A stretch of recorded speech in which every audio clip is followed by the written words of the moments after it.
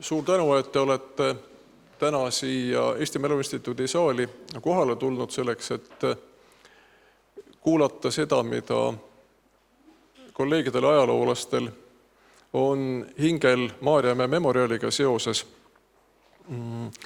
Ma usun, et meid tuleb siia võib-olla veel, aga kuna Eesti Rahvusringhääling tundis huvi ja seda tänast kõnekoosolekut, ettekandekoosolekut otse üle kannab, siis me alustame nüüd ja täpselt selleks, et need, kes kodudes on soovinud seda vaadata, meiega õigel ajal liituda saavad. Enne seda, kui me läheme tänaste ettekannete juurde, ütlen paar sõna põhjenduseks, miks me selle tänase ettekande koosoleku ülepea otsustasime kokku kutsuda. Meie omalt poolt ei ole plaaninud täna hakata välja pakkuma mingeid ainuõigeid kavasid või plaane, mida ja kuidas tuleks Maarjamäe nõukogudeaegse memoriaaliga ette võtta, milline selle tulevik peaks olema. Kuid mis mure on tekkinud vähemalt mul endal, on see, et kuigi ma ei jälgi kindlasti kõiki uudiseid, mis läbi meedia sel teemal lugejatele pakutakse, siis on mul jäänud mulje, et me avalikus ruumis diskuteeritakse peamiselt selle üle, mida pihta hakata ühe hilisnõukogude aegse monumentaalse maastikuarhitektuuri objektiga ja milline peaks olema selle tulevik, kuidas seda ümber mõtestada. Kuid see meenutab mõneti sellist Oskar Lutsu üht fraasi Kevade raamatust, kui õpetaja Laur ütles Tootsile, et kui sa tervet rehkendust ei jõua, siis tee kas või pool rehkendust.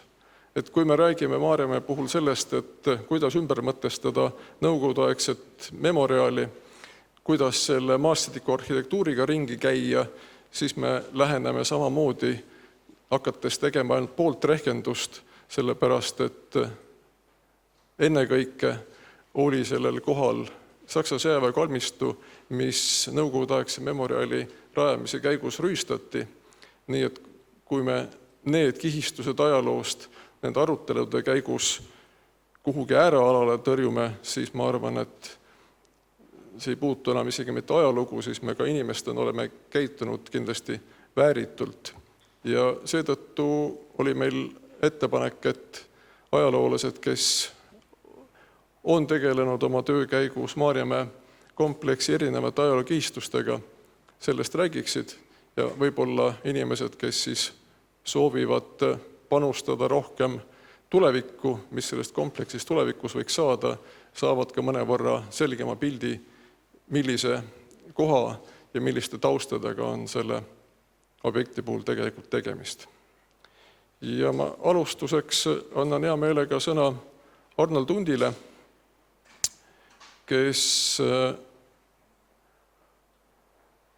oma ettevalmistuse poolest arheoloogina on tegelenud eelkõige sellise, sa ise tead, kuidas seda nimetada, moodsa arheoloogiaga ja tegelenud sõjahaudade kaevamisega ja oskab meile kindlasti rohkem kui, ma arvan, keegi teine rääkida Maarjamäest kui Saksa sõjaväe kalmistust. Nii et palun, Arnold.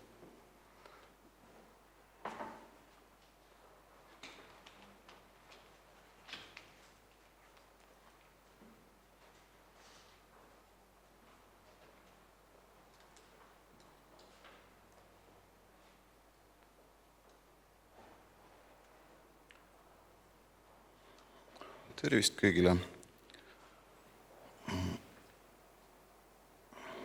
Nagu Meelis ütles, siis räägin natukene Maarjamäe sõjaväe kalmistust ja peaasjalikult siis just kalmistu sellest osast, mis möödakõndija silmale nähtamatuks jääb.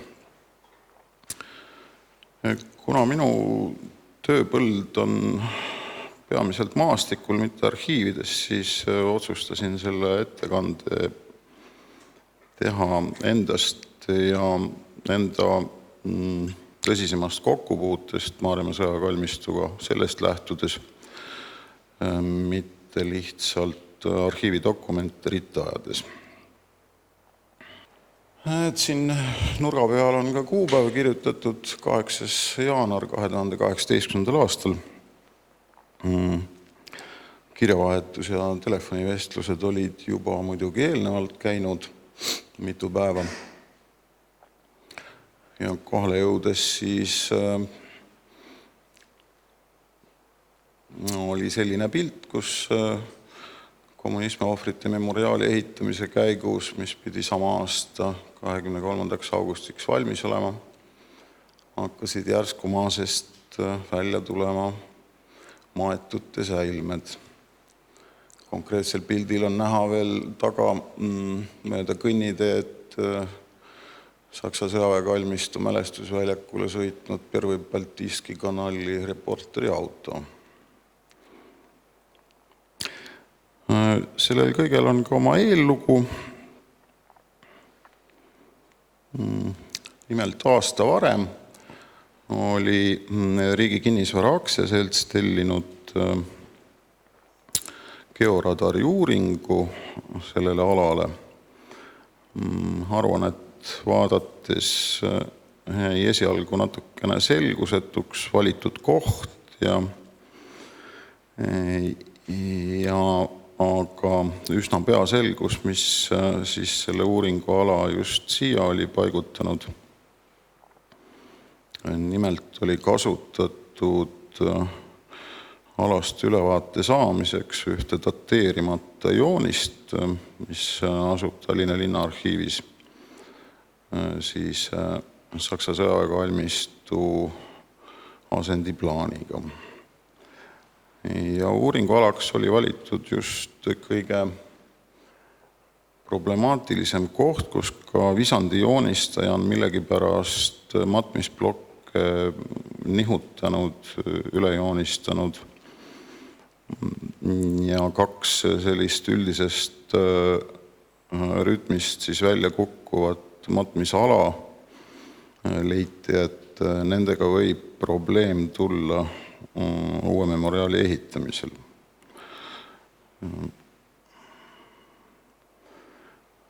Enne memoriaali ehitamist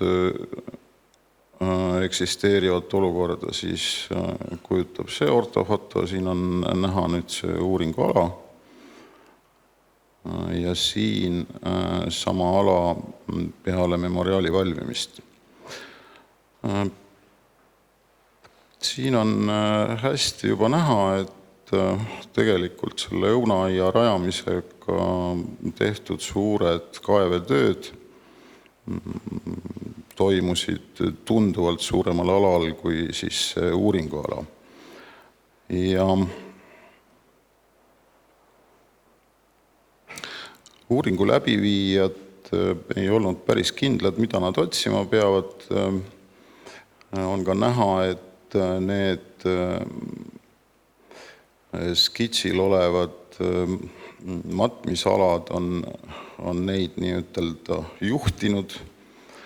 Siin on näha siis sinisega omaaegsel dateerimata plaanil olnud matmisalad, valgega on uuringu läbiviijate poolt pakutud matmisalade siis matuste võimalik siis paiknemise ala ja mustaga on siis see, mis tegelikult seal oli.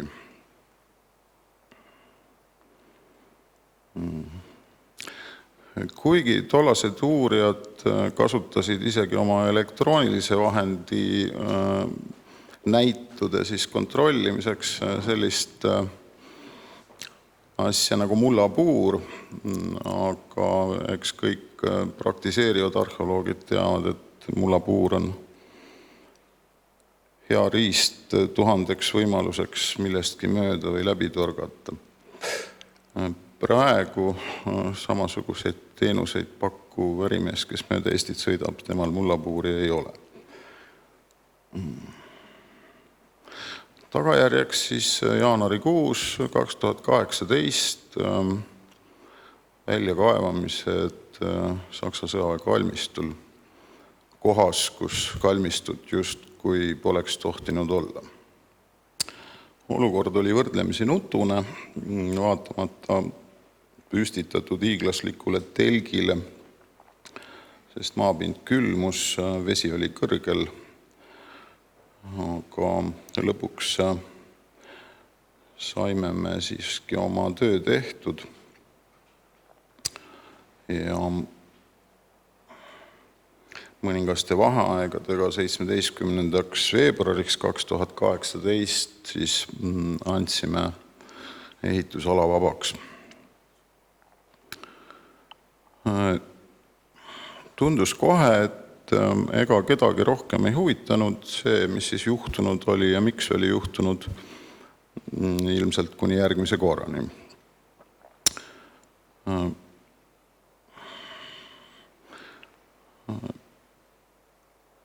Püstitasin omale eesmärgi kõigepealt iseendale selgeks teha, millega siis selle kalmistu puhul tegemist on.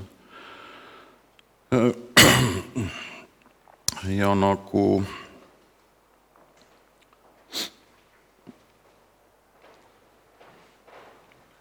on lendu lastud selline hüüdlause, et mis pildil on valesti, siis selleks, et aru saada, mis pildil valesti on, oleks ju kõige targem pilt hankida.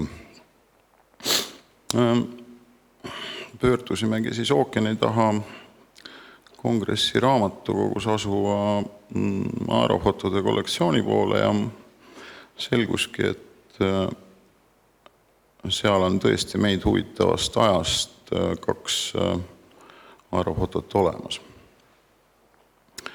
Esimene neist oli tehtud 27. aprillil 1944. aastal ja paigutades seda siis ilmakaarte kaardiga vastavusse. Siin on näha siis aprillikuine seis 44. aastal Maarjamäe kalmistul ja nüüd hakkas tööle. Ilmselt. Vaatame, kas seal muutub midagi.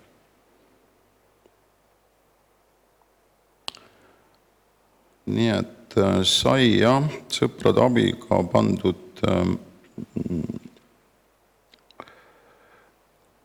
need 2 pilti kokku ja siis omavahel tehtud selline animatsioon ning üllatus oli päris suur, sest et siinsel nüüd skeemil näete, kui suurel alal tegelikult sõjaväekalmistu paikneb ja punasega näidatud ala on siis puht kõrgusi arvestades selle objekti hilisema rajamisega hävitatud haudade territoorium.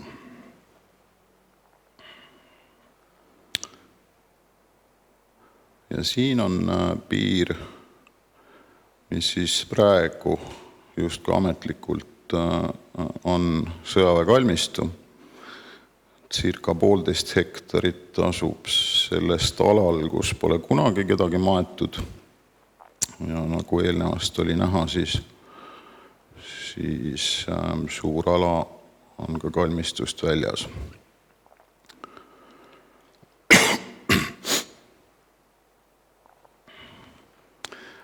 Oli veel teine aerofoto, mis täiendas eelmist. Paljudki sellelt pole näha, samas on siin uusi detaile. See pilt on tehtud 23. oktoobril 1944. aastal peale juba Punaarmee Tallinna vallutamist.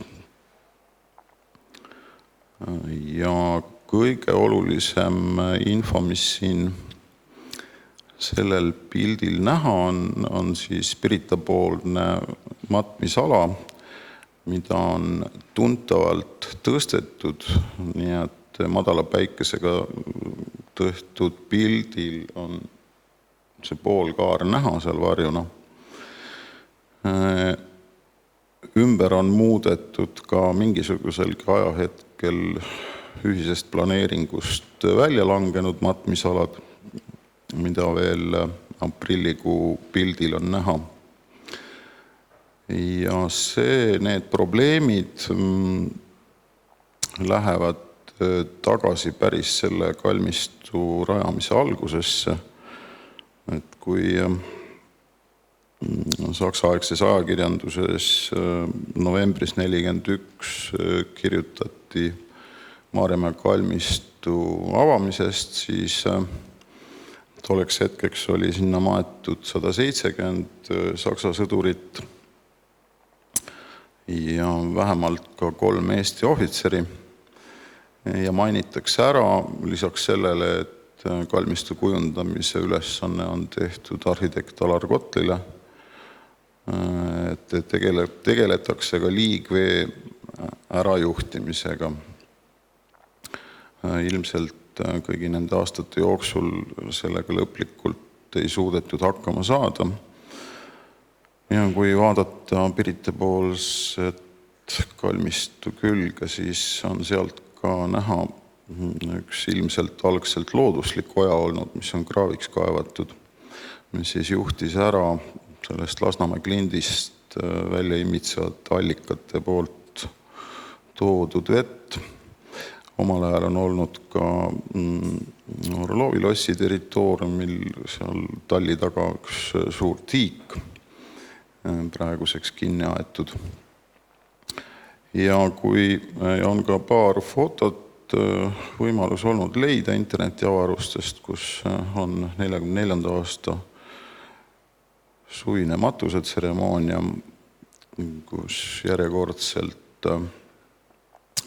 järjekordselt ühte Saksa mereväelast maetakse ja siin on väga hästi näha, et see haud on kaevatud küll algsesse maapinda, aga tahapoole on toodud juba ligi meetri jagu uut pinnast.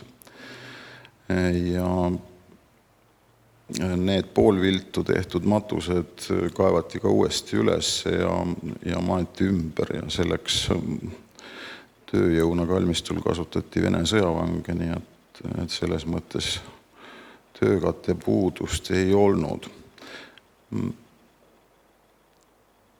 Peab ka seda ütlema, et kuigi see 1941. aastal planeeritud kalmistu oli selliste hajusate matmisaladega, millel olid tühjad vahed ja nad moodustasid kesktee ümber sellise justkui kaare, siis 1944.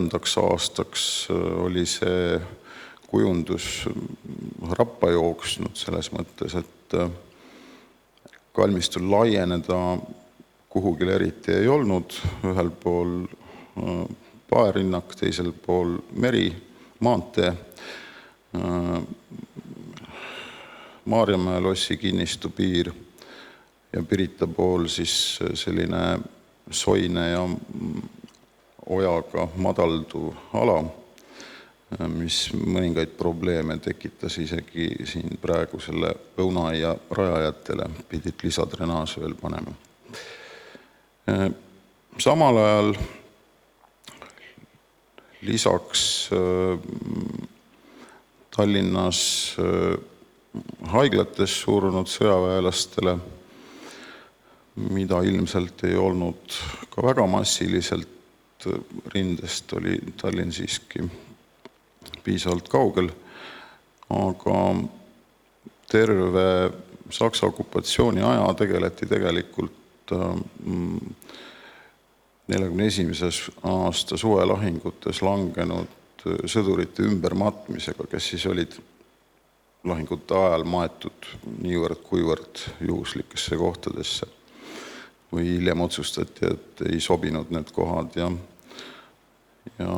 üsna võib ju ka imestust tekitada, et samal ajal, kui Virumaal on kõige ägedamad lahingud, siis tegeleb mingi teine Saksa organisatsioon Türilt 250 mehe väljakaevamise ja Tallinnasse vedamisega. Aga niimoodi need asjad käisid ja 1944. aasta sügiseks olid ka need vahetühjad kohad, mis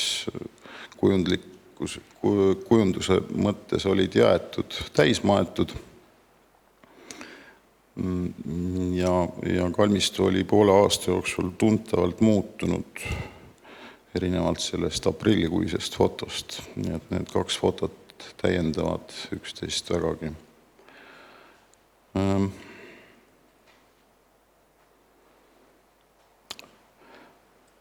Juba oktoobris 1941 siis kirjutatakse, et 4 eestlast langenud sängitati kangelaskalmistule. Tollel hetkel nimetatakse seda partisaanide alaks või kalmistuks või matusalaks. Hiljem on ta sakslaste dokumentides kui eestlaste ala lihtsalt. Tegelikult tollel päeval need maeti küll 3 esimest eestlast, 4. kapten Streimann lähedaste palvel maeti pereplatsile. Ja need on siis suvelahingutes huvitaval kombel just meil lendurid, leitnant Eero Saak, noorem leitnant Martin Terts ja kapten Juhan Kalmet, kes siis hävituspataljonlaste ja muude haaranguliste vastu võideldes hukkusid. Mõningate nende kohta võib isegi avalikust internetiruumist leida saksa originaaldokumente matmiskartoteekide materjalidest. Siin on Kalmet Juhani kohta selline dokument koostatud ja on ka täpselt ära märgitud, et on Marienbergi Heldenfriedhofi maetud. Paraku Saksa sõjahaudade hoolde Rahvaliidu elektroonilist otsingut kasutades selgub, et Juhan Kalmetist ei teata midagi, nii nagu ka paljudest teistest eestlastest, kes on Maarjamäele maetud. Aga praeguseks on see arv, sellega tegeletakse, mitte mina konkreetselt praegu, on tõusnud üle 100, kes nagu nimeliselt on teada. Saksa andmebaasides on neid minu meelest alla 50.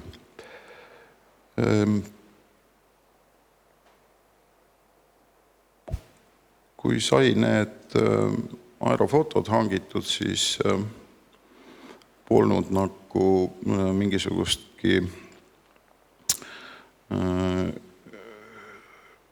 lootust neist rohkemat infot välja pigistada kui selle kalmistu paiknemine maastikul. Aga üritades ikkagi aru saada, et kus siis see partisaanide ala on sellel suurel väljal ja ilmselt sakslaste poole pöördumisest tolku poleks olnud, kui nende kalmistugi on 1,5 hektarit kohas, kus kunagi kedagi maetud ei ole. Ja siis tõmbas tähelepanu märtsi pommitamise järgne artikkel, kus Saksa sõjaväelasi Maarjamäele, kes siis olid Tallinna pommitamisel hukkunud, ümber maeti. Ja eriti esimene foto, kus see sõjaaegne fototrükkimise kvaliteet on tõesti kohutav, aga vähemalt saab aru, mis suundadest mida on pildistatud ja tähelepanu köitis esimene pilt, kus Tallinna linnakomandant, siis kindralmajor Piisle on ta vist, asetab pärja selle Alar-Kotli tehtud monumendi jalamile ja fotograaf on valinud sellise nagu huvitava nurga pildistamiseks, et kusagilt just kui selle monumendi nurga tagant, et miks ta siis nagu sellise suuna valis ja siis pöördusin selle aprillikuise aerofoto juurde tagasi mida ka kohe vaatame, aga siin pööran teile tähelepanu, et siin üks erifondi töötaja on siis leidnud pliiatsi ja aega, et kirjutada pealkirja juurde paras.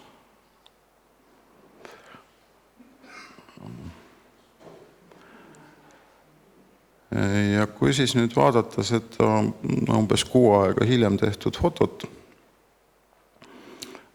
noolega on näidatud fotograafi pildistamise suund, siis on seal umbes täpselt enam-vähem 150 maetu värsked hauad, mida siis näitab selline hele liiv ja siis värsked kääpad, mille peale on midagi pandud, nii et need on veel üksteisest eristatavad erinevalt siin ülejäänud matmisaladest. Ja samal ajal siis teine ristkülik, kus samuti on värsked matused ja teadaolevalt Eesti kodanikke, kes ühes või teises mundris oli, sai surma ka 21 vist oli neid. Ka mõned halastajaõed, kes on märtsi pommitamises surma saanud, on Maarjamäele maetud. Ja tekkis nagu juba väga tugev usk, et ma võin olla selle koha üles leidnud. See on siis Lasnamäe klindi poolne kalmistu serv, on 2 esimest matmisala ja see on siis Pirita poolne teine ala.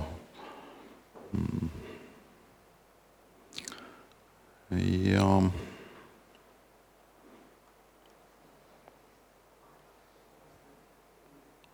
kui ma nüüd siis selle video nagu uuesti käima panin, siis oli üllatus üsna üpriski suur. Sest et kui nüüd vaadata siis seda 2013. vist ortofotot, siis kommunistliku memoriaali rajamisel istutatud kuusik on üks selline tuntavalt silmahakkav objekt ülejäänu suvaliselt kasvava lehtpuude võsa ees. Ja siis on üks teine okaspuudega plats. Et see aprillikuu foto matmisala ei ulatu veel keskteeni, tollase keskteeni, aga poole aasta jooksul veel paljud eestlased kaotasid sõjas elu ja paljudki maeti neist Maarjamäele.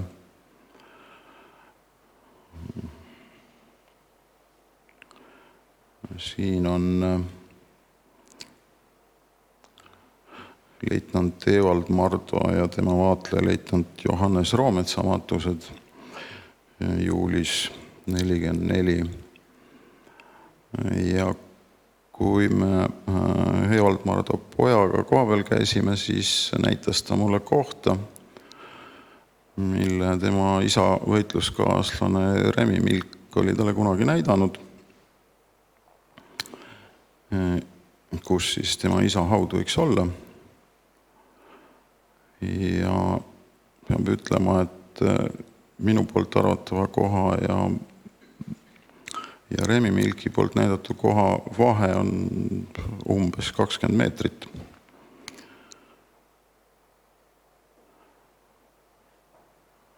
Üks võib-olla ainuke selline üldvaade, mille ma leidsin üsna siis selle kommunistliku memoriaali rajamise järgselt, kuused on seal veel väikesed, siis on näha, et jah, see ala on kohati vanemate puudega kaetud, kui need kuused seal on ja ilmselgelt varasemalt on sinna keegi tasapisi neid puid istutanud.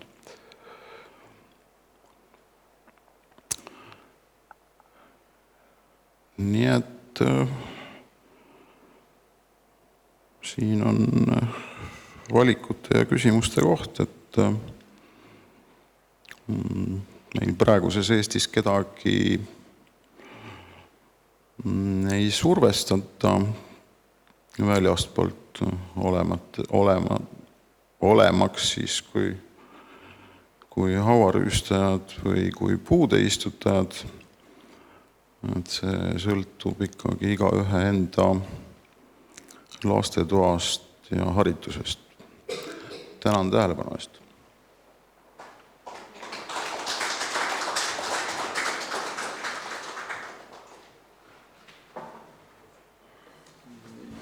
Suur tänu. Ettepanek on nii, et kui ettekandjatel on küsimusi, siis teeks küsimuste vooru lõpuks pärast ettekandet, sest mitmed küsimused võivad olla sellised, mis puudutavad võib-olla mitut ettekandjat või nad on niimoodi läbilõikelised.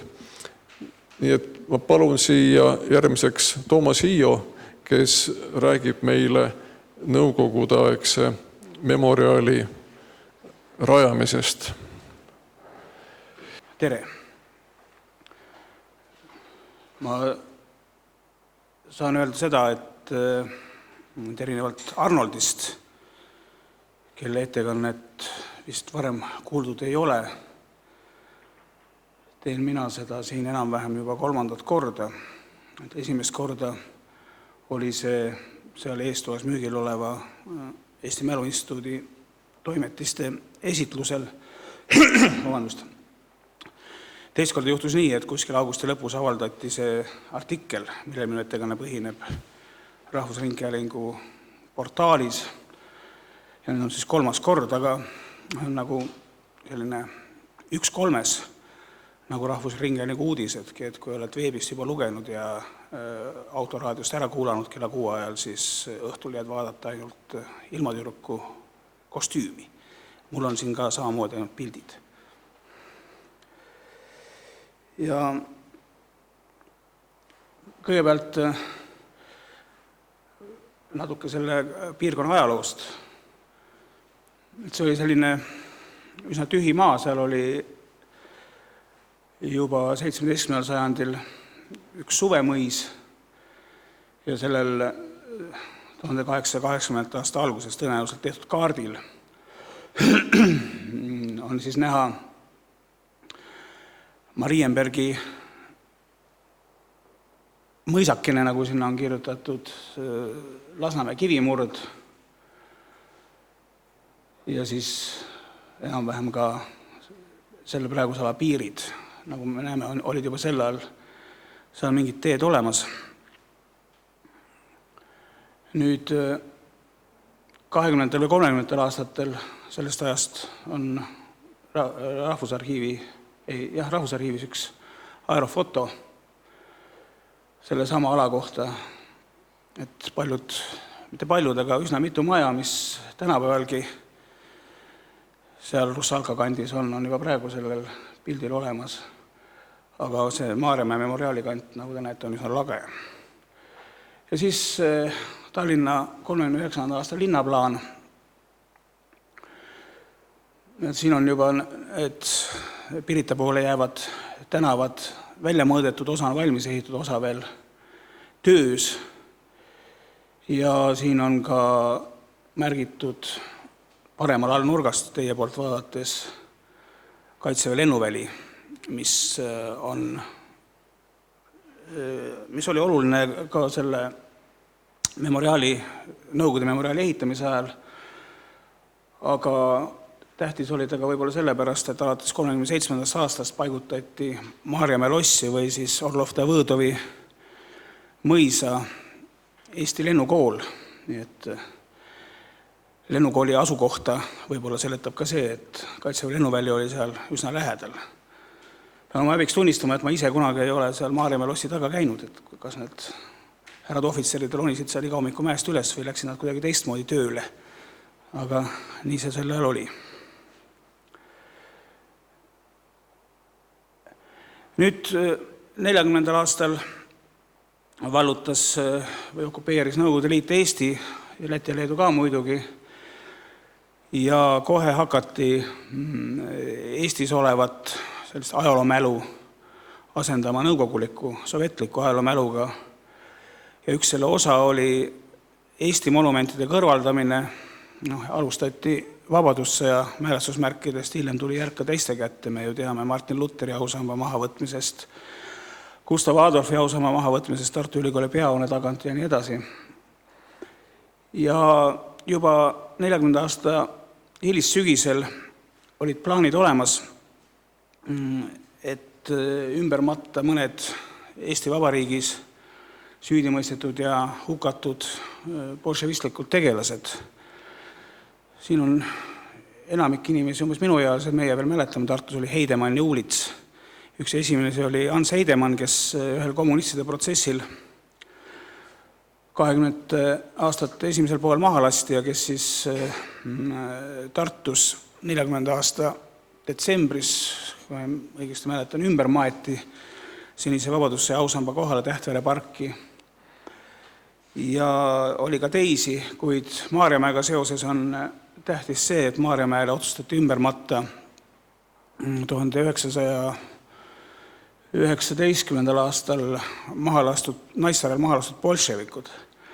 Nimelt Eesti Vabadussõja ajal, Eesti Vabadussõja alguses, detsembris 1918 sundis Briti eskaader, mis Soome lahel tegutses, alistuma Nõukogude Balti laevastiku 2 hävitajat, Spartak ja Ahtroil olid nende nimed.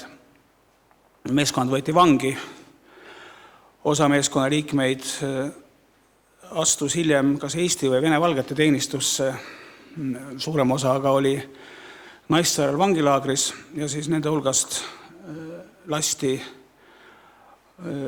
bolševikud, mõisteti sõjakohtus süüdi ja lasti maha.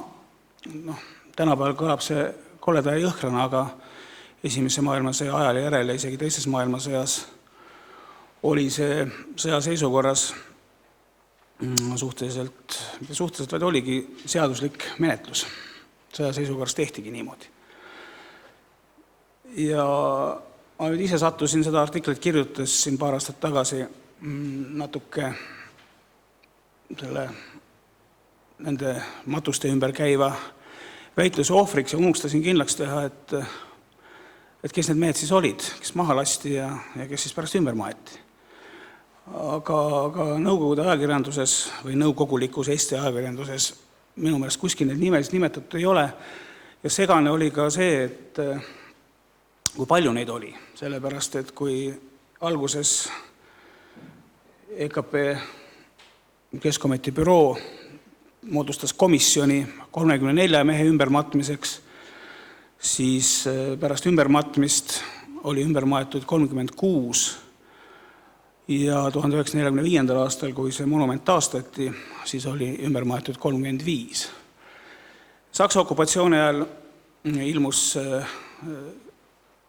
raamat Eesti rahva kannatuste aasta ja seal on selle ümbermatmisele pühendatud paar lehekülge ja on väidetud, et seal kirstudes ei olnud mitte maha lastud bolševike säilmed, vaid seal olid hoopis praht ja kivid ja muu selline pinnas. Seda on nüüd tagantjärele tõestada on väga keeruline, sellepärast, et ühelt poolt arvestades seda, et nad ju nimeliselt ei teadnud, keda ümber matsid ilmselt, siis võidi minna kergema vastupoolu teed. Väljakaevamine Naissaarel talvisel ajal ei olnud ka võib-olla kõige lihtsam.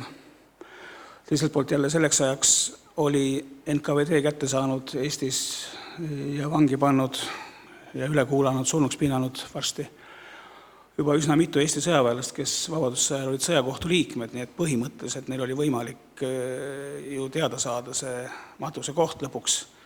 See asi juhtus 20 aastat enne seda, meie varsti 20 aastat tagasi liitus Eesti Euroopa Liiduga, ei olnud väga ammu. Ja siin ma olen rõhutanud, tänapäeval nimetatakse neid jutupunktideks, need on sellised asjad, mis, kuidas nüüd öeldagi, võtavad kõnelejalt vajaduse ise mõelda, sest tal on ette öeldud, mida tuleb öelda. Sel ajal olid samamoodi sellised lööklaused või löökmõisted ja juba 1940. aastal räägiti Eesti Nõukogude ajakirjanduses palju Eesti ja Vene rahva igavesest sõprusest muidugi, aga ka võib-olla tähtsam siinses kontekstis on Eesti tööliste või Tallinna tööliste ja Balti laevastiku mereväelaste ühine võitlus, koostöö ja vendlus. See oli tähtis sellepärast, et 1940. aastal, kui Eesti lõplikult okupeeriti, paigutati Tallinna Balti laevastiku peabaas. Ja see nihutati, see laevastik, mis seni oli suletud Kroonlinna ja Leningradi või Peterburi, nihutati tükk maad lääne poole, suure kiiruga hakati rajama baase või väiksemaid baase, aga eelkõige rannakaitsepatareist ka Eesti saartele. Ja loomulikult käis selle juurde ka selline strateegiline kommunikatsioon, nagu tänapäeval öeldakse, või propaganda, räägiti, et see peabki nii olema, see on kogu aeg nii olnud ja see on Eesti töörahva hüvangus kõik. Ja siin te näete, ma olen rõhutanud Eesti ja Vene rahvaste parimad pojad, olid sinna Naissaarele maetud. See oli selline Stalini aeg, minu lapsepõlves ja palju teie lapsepõlves ka ju räägiti rohkem Eesti ja teiste Nõukogude Liidu rahvaste esindajad, et see venestamise hoog võib-olla 70-80-ndaks oli teistmoodi sõnastatud. Nii, ja nüüd siis mõned pildid. See oli väga suurejooneline üritus, ümbermatmine.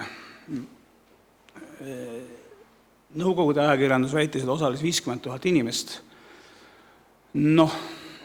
Tallinnas oli sel ajal umbes võib-olla koos Punaarmee ja 40. aastal juurde tulnud nõukogulastega võib-olla kokku 150 000 elanikku, et nüüd kolmandik nendest jõulueelsel ajal käis rongkäigus punalaevastiklasi matmas, seda ma hästi ei usu, aga rahvast oli kindlasti palju, seda on piltidelt näha ja seda on meenutanud ka hiljem Saksa ajal need, kes olid kohale sunnitud või ise läksid huviga vaatama, et kuidas see asi käib.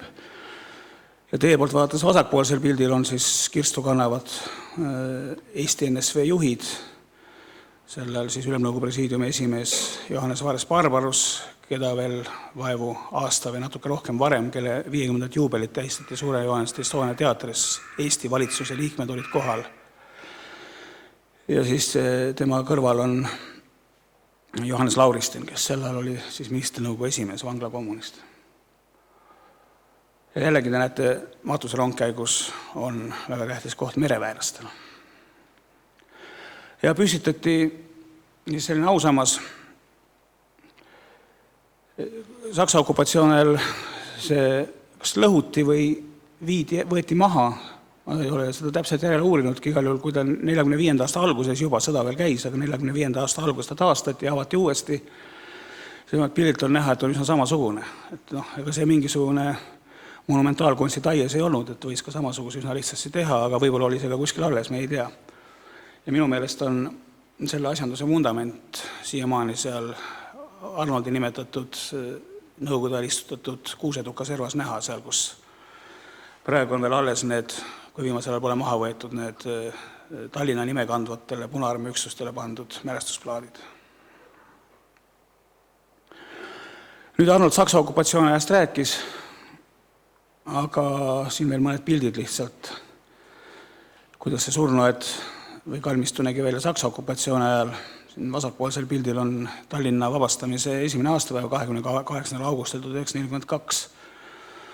Jällegi rahvariides neiud panevad langenutele pärgi või lilli ja paremal pool siis jällegi mereväelase matus Maarjamäel. Ja matuse komando seisab siis taamal. Nüüd siis ka see obelisk, mis oli ka mitmel Arnoldi näidatud pildil näha. Minu meelest tuleb natuke tuttav ette, aga võib-olla tänapäeval tehakse nüüd klaasist. Aga võib-olla Arnold teab paremini, et kas võib-olla see on mingisugune Saksa selline tüüpstandard, et kalmistul peab selline olema. Või sel ajal oli? Kalmistul tavaliselt ikkagi, mis kindlasti nüüd ei ole, oli keskne tee ja siis see keskne tengid maandatud. Mis iganes, kas siis välitingimustes kasepaitides sein, kuhu oli siis midagi peale nikerdatud, kuni siis selliselt. Aga see on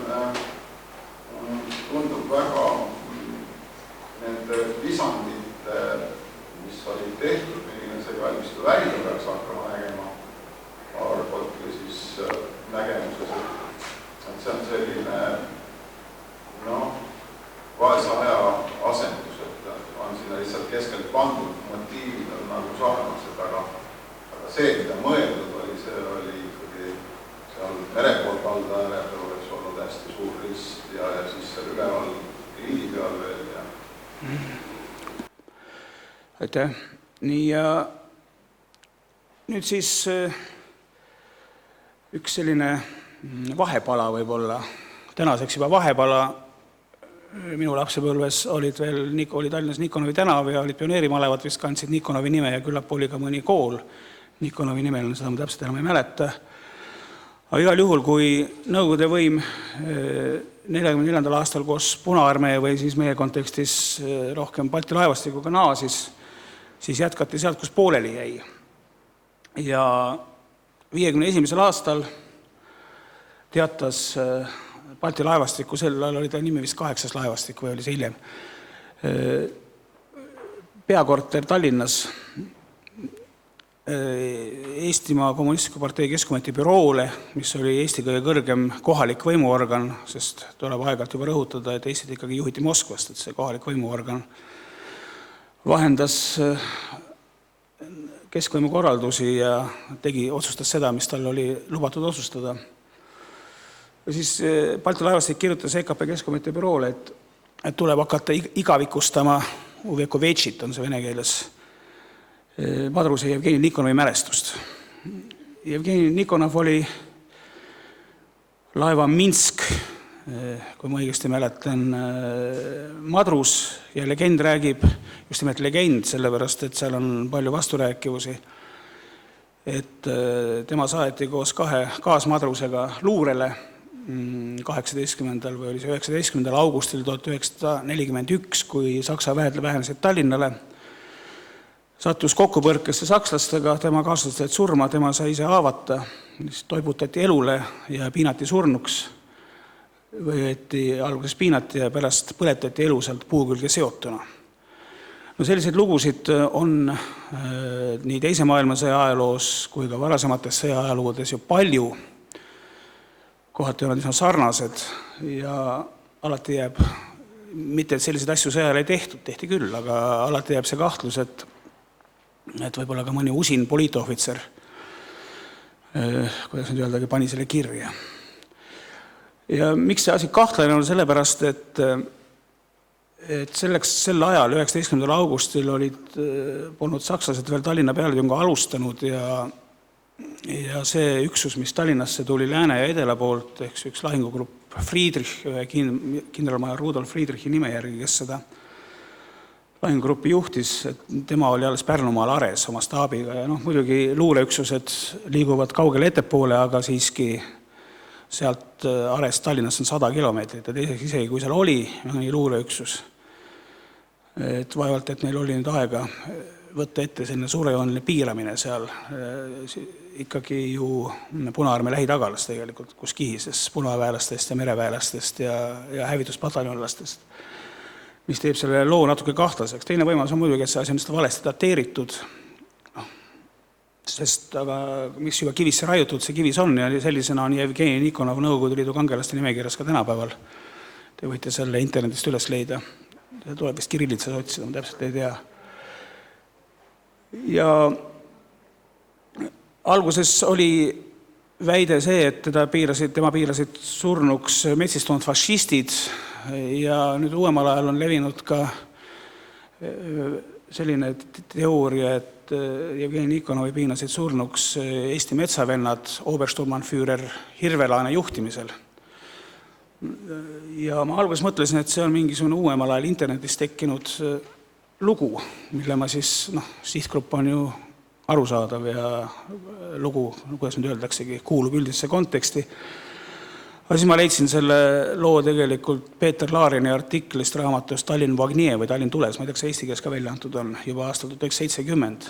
Peeter Laarin oli sel ajal värskelt tudeerinud Saksa dokumente 1941. aasta lahingute kohta ja küllap ta siis nägi seal nendes paberites, et see ametlik skeem hästi ei pea paika just kuupäevade mõttes, sest tema artiklis vägede liikumine on nii, nagu Saksa paberites on. Ja siis ta võib-olla tegi sinna sellise täiendusega, et tema ise või siis arutasid seltsimehed omavahel ja leidsid, et teeme siis nüüd niimoodi. Kuidas sellised otsuseid langetati, seda me täpselt ei tea, võib-olla langetajad on ka tänaseks juba surnud, aga iseenesest oleks see huvitav. Nüüd 1951. aastal tegelikult, kui EKP Keskkomitee büroo seda asja arutas, siis asi oli juba praktiliselt valmis, luba oli antud kõrgemalt poolt ja 51. aastal valmis siis selline asjandus Kadrioru parki, nagu te siin pildil näete. Ja see seisis seal kuni 9 aastat, kuni ta asendati uuega.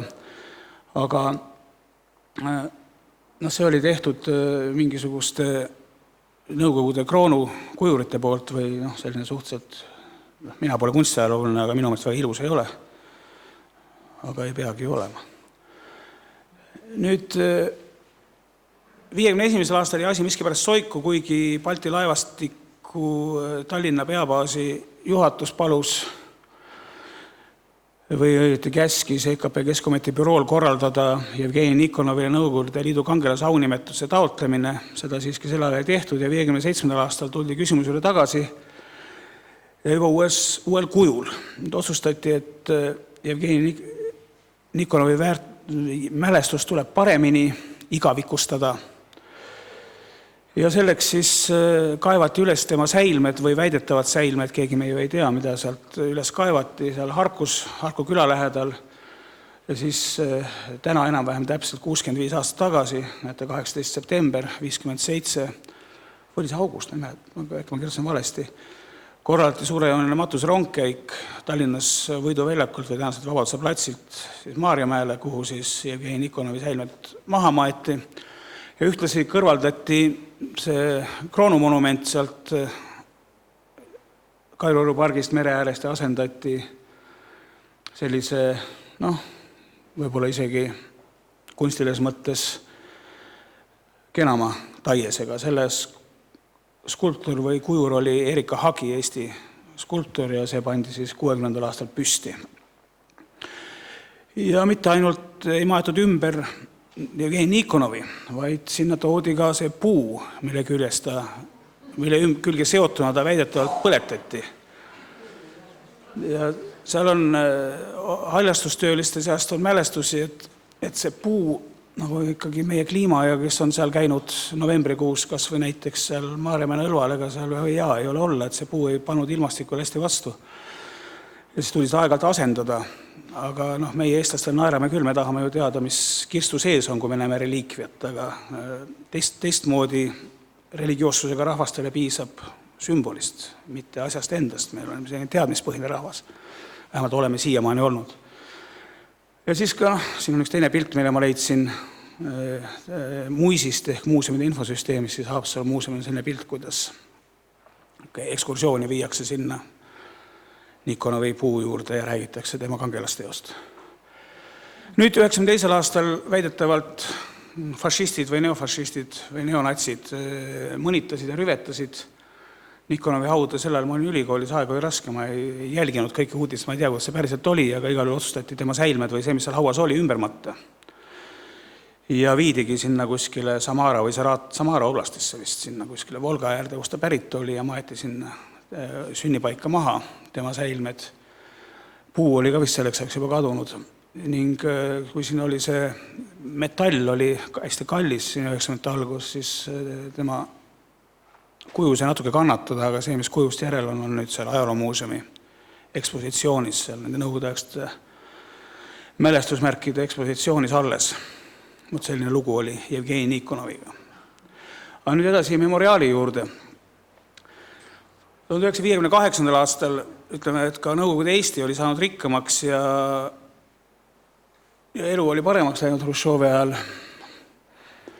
Raha oli rohkem, inimesi oli rohkem ja võib-olla ka oli rohkem vahendeid selleks, et hakata ehitama mälestusmärke ja monumente ja EKP Keskkomitee büroost, ainult büroo otsustas selliseid asju, kuhu keegi monumendi paneb, see ei ole nagu praegu. Käis läbi mitmesuguseid projekte ja mõned olid väga suurejoonelised, teised natuke väiksemad ja lõpuks selgus, et Eesti vastavate artellide, töökodade, vabrikute, ettevõtete suutlikkus on umbes täpselt nii suur, et nad suudavad 1-2 sellist asjandust aastas teha, just pronksivalu koha pealt. Ja teiseks, kuigi meile tundub, et nõukogude ajal oli raha ei loetud, tegelikult loeti küll selle Maarjamaa obeliski ehitamise juures oli arvestatud isegi plaaniline kasum nendes dokumentides. See oli mulle suure üllatus, et nõukogudele arvestati plaanilist kasumit, aga oli niisugune asi. Ja siis lõpuks jõuti nii kaugele, et 1960. aastal umbes samal ajal, kui Jevgeni Nikonov omandas uue kuju Kadrioru pargis Soome lahe kaldal või Tallinna lahe kaldal, püstitati Maarjamäele ka jääretke obelisk. Nüüd, mis on jääretk, võib ju tekkida küsimus. Jääretk oli Balti laevastiku, jällegi ma rõhutan, Balti laevastiku operatsioon Soome lahel 1918. aasta kevadtalvel, kui Saksa väed lähenesid Tallinnasse ja meri oli jääs ja suur osa Balti laevastikust oli Tallinna lahe siis talvekorteris või jäävangis peaaegu.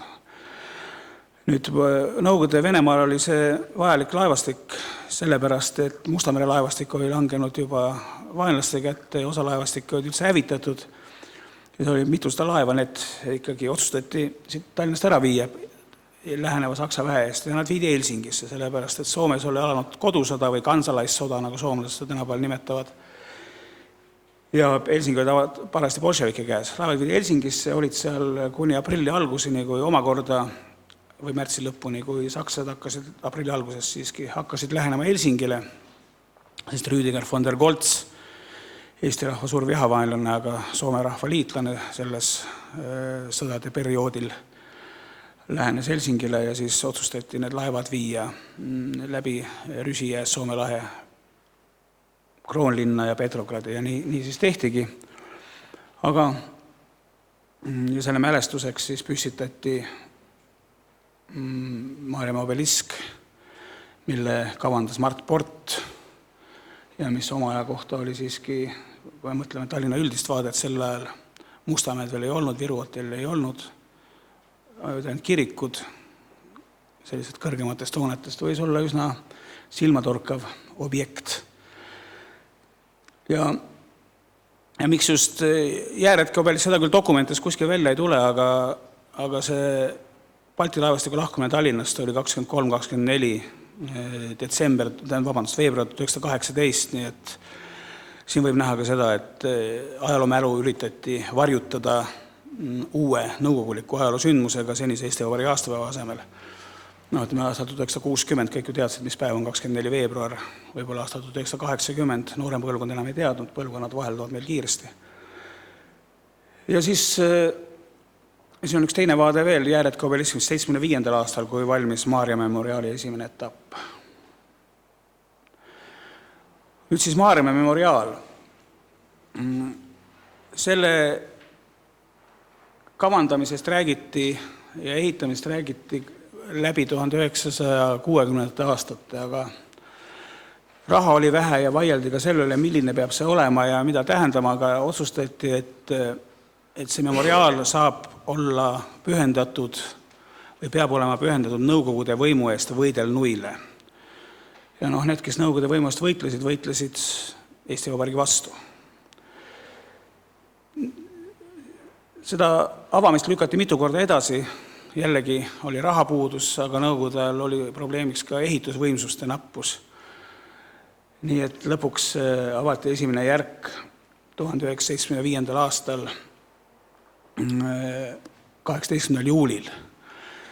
Ja selleks ajaks sai ka valmis hulk mitu teist 1960. aastat alates plaanitud mälestusmärki, muuseas päev varem avati Balti jaama vastas mälestusmärk 1924. aasta 1. detsembri kommunistliku võimuhaaramiskatse asjaosalistele, ma arvan, mitte ohvritele, aga just asjaosalistele.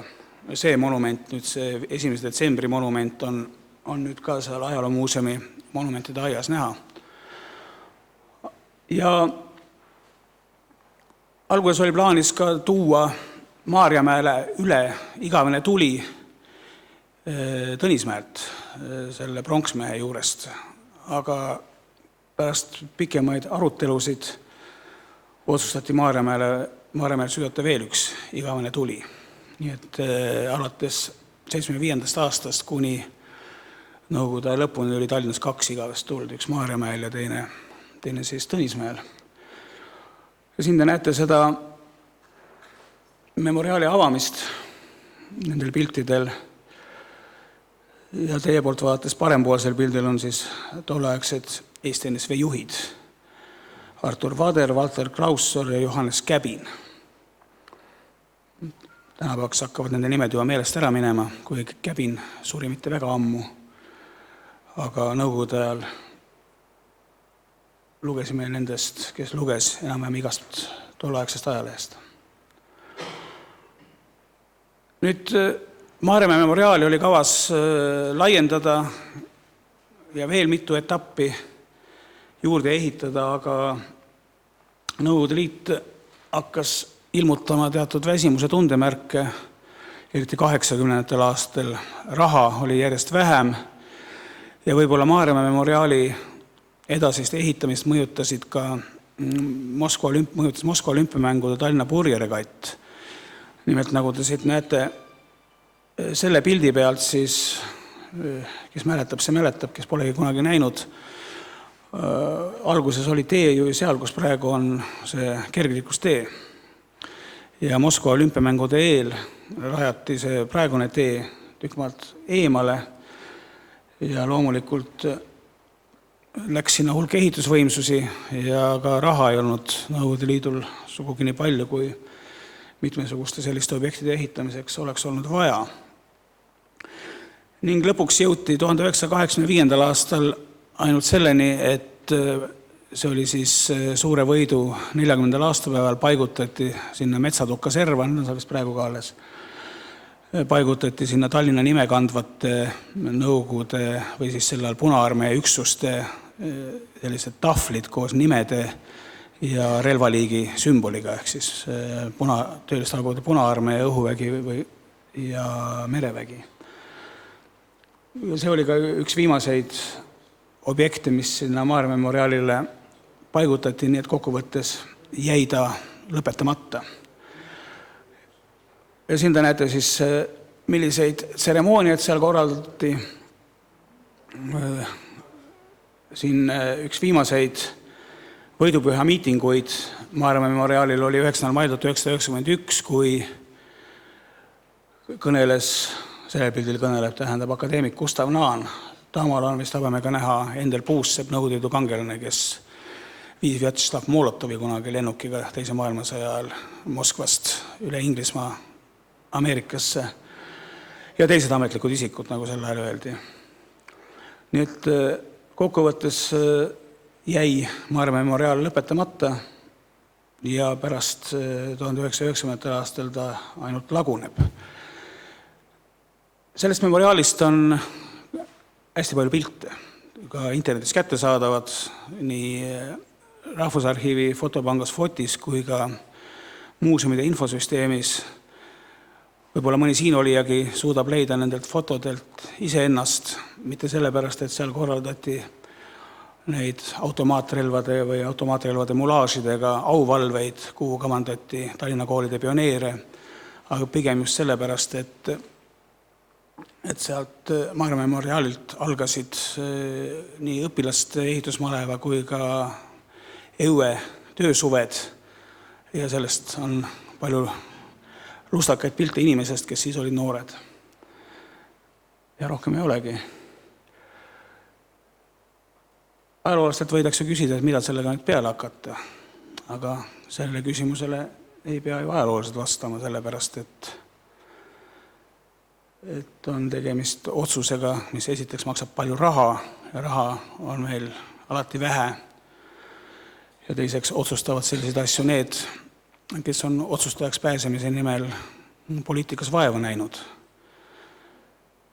Nii et kui te küsite minu isiklikku arvamust, siis minu meelest see maastikuarhitektuuri osa seal.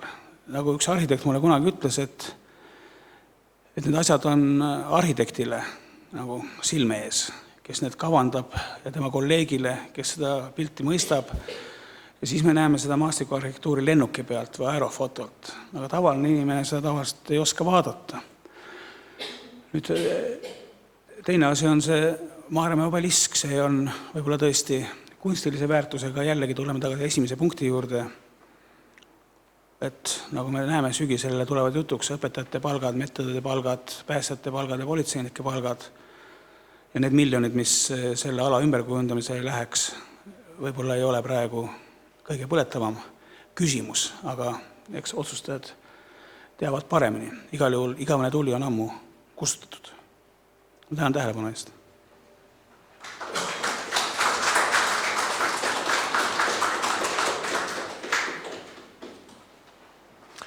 Ja aitäh Toomasele.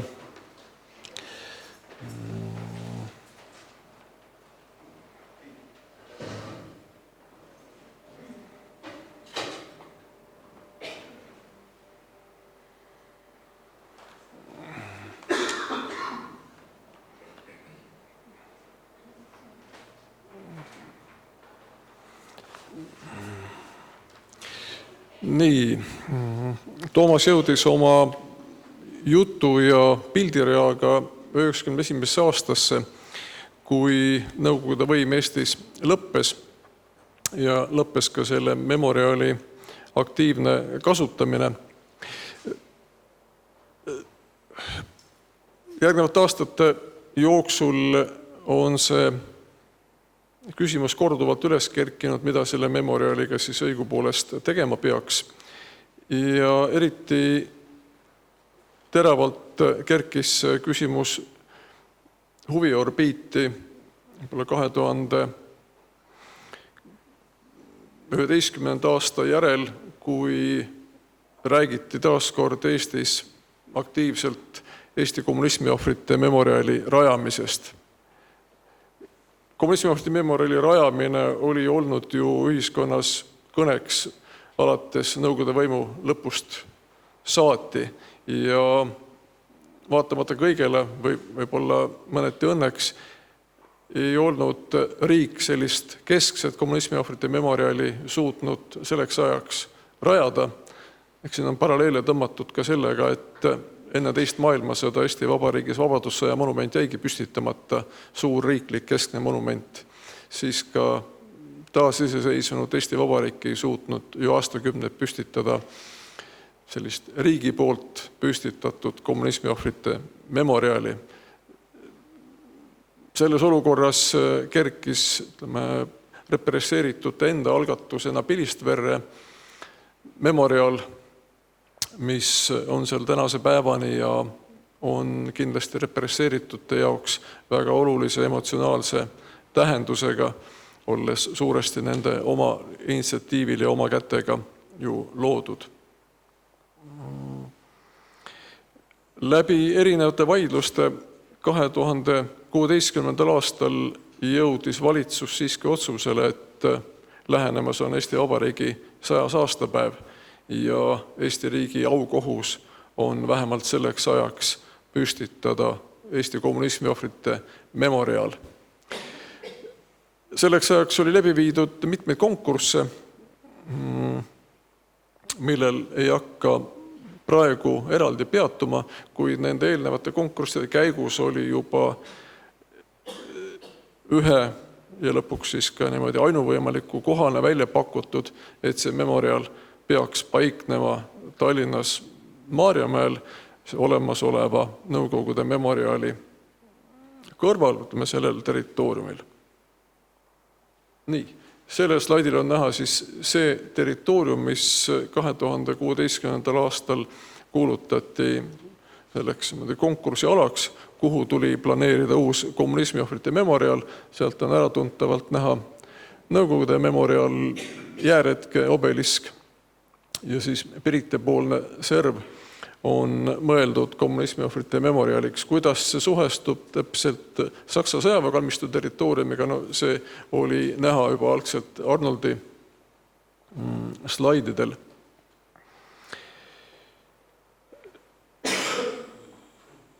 Kui 2016. aastal asuti välja kuulutama kommunismiohvrite memoriaali konkurssi, siis nende ettevalmistustööde käigus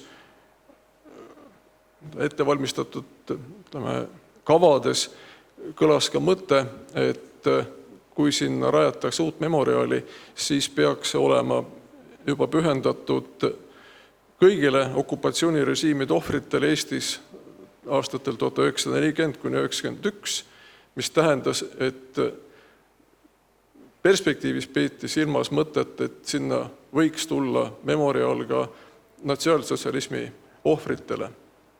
Samas oli riigile selge, et sel hetkel hakatakse ehitama ikkagi ainult kommunismi ohvrite memoriaali, nii et nende ettevalmistustööde käigus ei olnud küll ma ise valitsusliige ega päris selle asja juures, aga vähemalt mulle kättesaadavad paberid näitavad, et selle ettevalmistustöö käigus see mõte tulevasest natsionaalsotsialismi ohvrite memoriaalist selles paigas libises sahtlisse ja see tegelikult ka ülesande püstitusse ei jõudnud.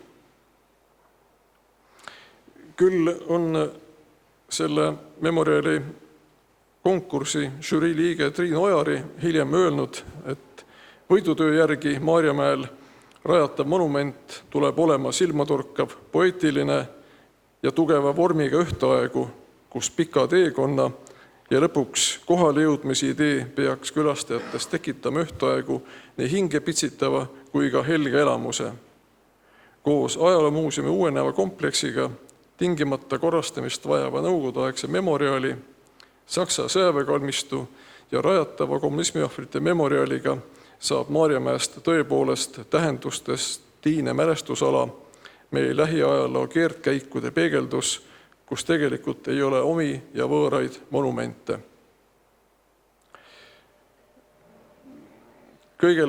Enamikule sellele võib kindlasti ka tänasel päeval alla kirjutada, kuid tema optimism, et kommunismiohvrite memoriaali rajamise järel saab sellest paik, kus ei ole enam omi ja võõraid monumente, sellele ilmselt vaidleb enamik meist vastu. Milline oli täpselt selle konkursi ülesanne, seda saaks kindlasti kommenteerida Kalle, kelle juhitud meeskond selle konkursi võitis ja mis realiseerus ja millised mõtteid neil selle konkursi töö projekteerimise käigus oli, millist ülesannet see lisaks kommunismi ohvrite meenutamisele veel peaks võib-olla täitma. Kui ta käest küsitakse, võib-olla ta pärast on nõus kommenteerima. Mina ei oska seda kommenteerida, aga selle žürii liikme lootus, et kui nüüd on püstitatud kommunismi ohvrite memoriaal, siis remonttööde kõrval, et see selline emotsionaalne külg saaks nagu sellega lahendatud, see minu hinnangul kindlasti ei ole täitunud. Selle protsessi käigus, kui alates 2016. aastast kõigepealt toimus võistlus ja pärast juba ettevalmistustööd võidutöö realiseerimiseks, siis oli väga selgelt välja öeldud represseeritud esinduskogude poolt, et nad ei toetanud kuni viimse hetkeni kommunismiohvrite memoriaali rajamist sellesse asupaika. Neid häiris arusaadavalt väga tugevalt nõukogude memoriaali kohalolu või selle kõrvalolu. Enda poolt tegid nad kõik, mis nende võimuses oli, ma arvan, selleks, et see nii ei sünniks, nagu see sündis. Kui memoriaal valmis sai, siis vanahärra Õispuu on mulle küll endale tunnistanud, et see sai väga hea ja väga õnnestunud ja vähemalt sõnades nad sellega leppisid. Samas ma ei ole päris kindel, kas represseeritud, kellele sellised memoriaalid on kindlasti kõige lähedasemad, kellele see on kõige olulisemad, kas nad päris lõpuni sellise lahendusega leppinud on, ma ei tea, seda oskavad vastata nemad. Nad on ühtepidi võtnud selle küll omaks, aga mu enda sisetunne ütleb, et võib-olla represseeritute jaoks see Pilistverre rajatud memoriaal on endiselt see number 1 ja olulisem ning Maarjamäele rajatud memoriaal on ehk rohkem omasem või arusaadavam juba järeltulevatel põlvedel või inimestele, kellel ei ole nii suurt isiklikku seost repressioonidega, kes ei ole ise repressioonide all kannatanud. Nii et võib-olla selle koha peal riik jäi pisut hiljaks omapoolse memoriaali püstitamisega ja inimestel oli juba kujunenud arusaam, kus on see koht, kus oma kaaslasi mälestada. Kuid miks ma tahtsin selle Saksa sõjaväekolmistu ja nõukogudeaegse memoriaali jutu juurde kindlasti rääkida ka veel kommunismiohvrite memoriaalist, on see, et territoorium, kus suures osas on all hauad, siis Saksa sõjaväelaste hauad, eestlastest sõjaväelaste hauad, kes Saksa poolel võideldes langesid, on ju kalmistu ja see, mis nõukogude ajal seal toimus, sõltumata sellest, kui väärtuslikuks me seda kunsti keegi peame, oli tegelikult ju hauarüüstamine, see oli kalmistu hävitamine ja see peaks olema see lähtekoht. Ja kuidas on see seotud kommunismiohvrite memoriaaliga? Juba lähteülesanne selle memoriaali rajamiseks ütles, et selle kommunismiohvrite memoriaali seinale peab olema võimalik kanda rohkem kui 20 000 kommunismiohvri nimed. Enamik inimesi, kes kaotasid oma elu kusagil väljaspool kodumaad, kelle haudu enamasti ei teata, need ei ole leitavad enam. Nii et kommunismiohvrite memoriaal on eelkõige genotaaf nendele 10 000 inimestele, kes oma elu selle režiimi tõttu kaotasid. Ja kuhu püstitakse genotaafe? Genotaafe püstitatakse ikkagi kalmistule. Nii et ka territoorium, mis kuulub kommunismiohvrite memoriaali juurde, on vähemalt minu silmis võrdväärne kalmistuga, kus on 10 000 inimeste hauatähis. See, et seda territooriumit käsitletaks kalmistuna, oli jutuks ka memoriaali ehitamise käigus. Miks seda ala formaalselt ei käsitletud kui kalmistut? Seal on rida keerukamaid põhjusid ja sellesse hetkel ei ole põhjust hakata laskuma ja kõike seda erinevaid argumentatsioone ma ka ei mäleta, kuid kindlasti väljendades nüüd selle koha peal isiklikku seisukohta, nagu tegi ka Toomas oma ettekande lõpuks siis väljudes ajaloolase kingadest, on minu arusaam, et kui hakatakse mõtlema, et mida me kogu selle mälestusväljaga, kuidas me seda ala nimetame tänasel päeval, mida me sellega teeme, siis esimene mõte oleks minu jaoks, et tegemist on surnuaiaga ja me peame mõtlema, mis sobib surnuaiale ja mis ei sobi, mida me saame surnuaial teha ja mida me ei saa. Aitäh teile!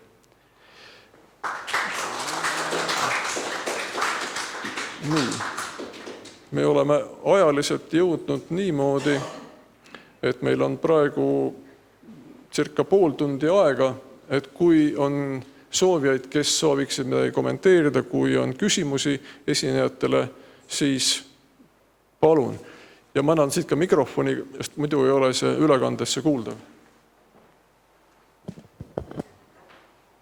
On sees, jah? Nii, palun. Ma ei oskagi rääkida mikrofoni, ma olen, tähendab, siin oli nüüd ära teemana kerkis Jevgeni Nikonov mulle ootamatult ja see meenutas mulle, et mina olen kuulnud nõukogude ajal sõjaveteranide omavahelisi jutte. Üks väga omapärane autentne episood, ma töötasin Õhtulehe toimetuses 70. aastatel ja seal oli palju staažikaid ajakirjanikke, kes olid veel sõjaveteranid. Ja kui oli üks suurem veteranide üritus, ma arvan, see oli 75. aastal, siis nad rääkisid väga elavalt, et siia oli saabunud grupp Venemaalt sõjaveterane, kes tundsid isiklikult tol ajal veel Venemaal elanud Jevgeni Nikonovi, kes oleks ka hea meelega tahtnud tulla, kuna ta oli tõesti sõdinud sõja ajal koos teiste veteranidega Tallinna, aga temal ei olnud võimalik tulla, sellepärast, et tema oli ametlikult siin hukatud ja niisuguste müütide kangelane. No ma ei tea, kas see on nüüd autentne või ei ole, aga mulle tundub küll, et enam autentsemalt ei ole võimalik neid asju käsitleda. suur tänu selle kommentaari eest, et ma olen teist mõnevõrra noorem, aga tähendab, jah, et sellised rahvajutud on ka minu kõrvu mingil hetkel jõudnud, et küll selle võrra erinevalt, et ta väidetavalt oli ka ise käinud seda oma puud vaatamas, kus teda põletati, et võib-olla siis meil teisel reisil, et ma võiks... Ja, töötab.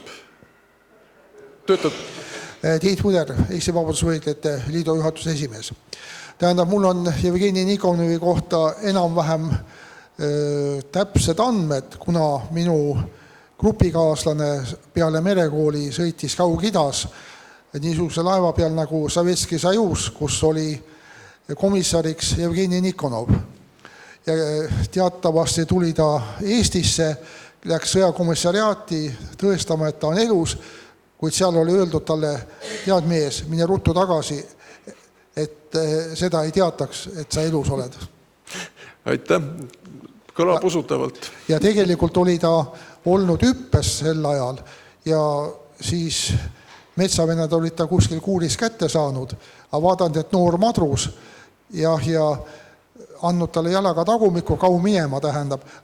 See meremehe müts oli jäänud sinna kuuri, mis pärast oli põlema läinud ja kuna Vene meremeestel olid kõik riideesemed olid märgistatud nimeliselt, siis arvati, et põletati ära ta. Aitäh. Tere, Sirje Arro on minu nimi. Ma tahaksin küsida nende Saksa sõjaväelendurite haudade kohta, millest oli ka juttu.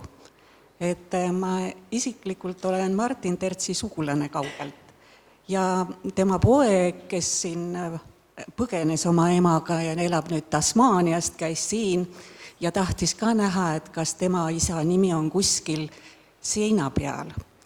Ei leidnud. Kirjutasin teie Mäluinstituuti ja küsisin, et kas ei ole siis need Eesti sõjaväelendurid, kes olid küll Saksa sõjaväes, aga Eesti lennuüksustes ja võitlesid siin. Ja tema hukkus küll metsas, sest nad varjasid ennast venelaste eest. Ja nüüd ongi niisugune küsimus, et tema maeti Maarjamäele suurte auavaldustega 41. Aga kas nende nimed siis, kes need Eesti lennuväelased siia Maarjamäele maeti, olid ka teisi, miks nende nimed ei võiks olla ka kuskil jäädvustatus memoriaali seinal? Aitäh. Jah, või ohvitseride seinal. Nad olid ka ohvitserid, Eesti ohvitserid. Et lühikene ja lihtne vastus on, et loomulikult nad peaksid olema kusagil mälestusseinal jäädvustatud. Millisel seinal? Sellega muutub küsimus keerulisemaks. Need nimed, kes on kantud praegu kommunismiohvrite memoriali seinale, on inimesed, kui me seda ohvri staatust püüame avada, et ohvriks olemist võib selgitada mitmeti, on inimesed, kes langesid kommunistliku režiimi ohvriks, abitusseisundis, nad ei võidelnud, relv käes selle vastu. Et sinna ei ole pandud inimesi, kes langesid lahingutes, keda me loeme võitlejateks. See, et teises maailmasõjas langenud Eesti sõjaväelastele ei ole püstitatud piisavalt väärikat monumenti, mälestusseina, see kindlasti peaks olema, sest inimesed, kes relv käes võitlesid, väärivad kahtlemata austust ja mälestamist. Martin Tertsist, kellest on praegu jutt, nemad olid viiekesi metsas, varjasid ennast. Temal oli ainult oma lenduri püstol. Nende vastu saadeti mitu autotäit Vene sõdureid. See oligi hukkamine. Tal oli ainult paar padrunit oma püstolis. Nad võitlesid ja osa said neist põgenema. See oli täiesti ebavõrdne, see oli tapatalgu, see ei olnud lahing. Et mul on raske teile üheselt vastata, et see 41. aasta sõjasuvi, kui puudus selline selge rindejoon puudusid selged üksused, et seal kahtlemata on selliseid segasid sündmusi, kus ka infot nende sündmuste kohta on ju suhteliselt vähe, on, ütleme, ja need jutud, mis sündmustest räägitakse, on ka tihtipeale üksteisele vastu rääkivad. Otseseid tunnistajaid on ju väga vähe alles. Et meil on olnud, ütleme, väga keeruline oleks seda piirjoont tõmmata, ütleme pisut küll utreerides, et hakata piltlikult padruneid lugema, et mitu padruneid kellelgi oli, et kas me loeme seda võitluseks või niimoodi hukkamiseks. Et meie lähenemine on olnud sõltumata sellest, kellega tegu on. Et kui inimene oli relv käes, seisis Punaarmee vastu, siis oli ta võitleja, ta võitles ja ta väärib austust tõepoolest kui langenud võitleja absoluutselt. Aga selle memoriali, sellel seinal, sinna on valitud inimesi, kes olid tõepoolest ohvrid selles mõttes, et neil ei olnud võimalik relvaga enda elu eest seista. Te rääkisite tunnistajatest, näiteks Remi Milgist, kes oli siin, keegi mainis ka, kes pääses ja tema on kirjutanud oma mälestusi ja need on ka trükitud ja kirjas ja sellest hukkamisest ja täiesti niisugusest ebavõrdsest, see oli ikkagi, see ei olnud lahing relv käest, neil oli ainult püstol ja seegi oli niimoodi, et seal paar padrunit, sest seda ei saa nimetada sõjaväelaste vaheliseks lahinguks, relvastatud võitluseks. No, et minu ettepanek oleks, et see meil kindlasti Eestis oleks vaja kohta, kus austada neid mehi, kes siis sõltumata sellest, kui hästi ta relvastatud oli, ikkagi seisid vastu Punaarmeele, et kuhu kohta see peaks tulema ja kes selle lõpuks rajab, et see ei ole, ütleme, meie asutuse otsustada, aga kindlasti me hea meelega toetaksime seda mõtet, et selline mälestuskoht Eestis olemas oleks. Tähendab, Memento oli selle statuudi koostamise juures ja mul palus Peep Varju öelda, tähendab, et nende ettepanekuid nagu ei pandud tähele selle seina, keda seinale kanda, keda mitte. Jah, ettepanekuid oli seal, selline ettepanek oli küll ja see ettepanek lõpuks ma ei oska öelda, kas see hääletamist toimus, aga see ettepanek, seda ei võetud töösse ja vastu ja kriteeriumeid, keda lugeda selle memoriaali kontekstis ohvriteks, said paika selliselt, nagu nad praegu memoriaali kodulehel on kirjas ja nii nagu justiitsminister ta oma käskkirjaga kinnitas, et meie saame praegu lähtuda sellest, kuidas see statuut on kinnitatud ja seda me oma parem äratundmise järgi teeme. Et ettepanek oleks meie poolt pigem leida võimalus tõepoolest Eesti võitlejate mälestamiseks väärikal kombel nii, et see küsimus lahendatud saaks. Tarmo Kruusimäe, et ka kommunismi ohvrite ja siis repressioonide käigus hukkunud ja hukatud kaitseväe ohvitseride mälestusmärgi asjade juures olnud. Kui praegu selgus, et meil on Eesti Vabadusvõitlejate Liit põhimõtteliselt nõus, et sinna seinale võiks need 4 nime kanda, siis ma ei näe, milles on probleem, et meil on vaja ainult poleerijat, et ta ei pea olema ei kommunismi ohver, vaid tegemist oli ikkagi 4 inimest, kes on juba sängitatud korra sinna. Ja nüüd oleks vaja nad lihtsalt kanda ja kui Eesti Vabadusvõitlejate Liit, kelle siis põhikirjaline eesmärk oli siis selle mälestusmärgi rajamine, on sellega päri, siis peaks olema lihtsalt üsna pea teostatud juba. Mõtleb praegu seda ohvitseride mälestusmärki? Jah. Just. Ei, selle vastu, ütleme, sellist küsimust ei ole nagu meie ees olnud, aga ma arvan, et selle vastu ei saa meil nagu midagi olla, et seal on lihtsalt tehniliselt tülikam, et kuna see ohvitseride mälestusmärk on lahendatud tunduvalt erinevalt, et seal on ta pigem tehniline küsimus, et kuidas sinna nimesid lisada, et seal tegelikult on ka lisaks endale lenduritele paar ohvitseri, kes on, ütleme, kelle surm on hiljem välja tulnud ja kes kes nii ehk naa peaksid sellega olema, aga seal ei ole, ütleme, projekteerimise käigus nagu jäetud seda lihtsalt võimalust, kuidas sinna nimesid juurde panna. Et noh, ei, ruumi on, aga seal, ütleme, ei saa niimoodi lihtsalt, et võtame ühe tahvli seinast ära, paneme teise, nii nagu ta, ütleme, selle suure seina peal on. Et ma ei ütle, et see teostamatu on, aga ta on, sellega tuleb tegeleda siis pisut teistmoodi. Jaa. Mis sai nendest luudest, kui te tegite väljakaevamisi seal, näiteks seal Saksa kalmistu lõpus oligi maetud need lendurid ka? Kas need luud kaevati üles, visati prügimäele või on nad kuskil säilitatud selle seina juures? Ja see küsimus on Arnoldile, kes nad sealt välja kaevas või kelle juhtimisel kaevati. Et ma julgen küll kinnitada, neid kindlasti ära ei visatud, aga täpsemalt saab Arnold vastata.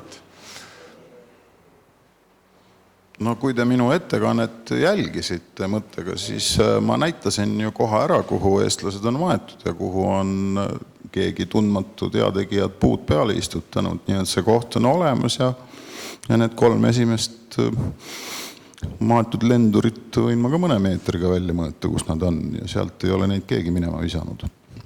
Ja ma saan aru, et küsimus oli nendes säilmetes, mis sa kaebasid välja kommunismiohvrite memoriali alt. Need maeti samal kalmistu territooriumil ümber, 84 meest.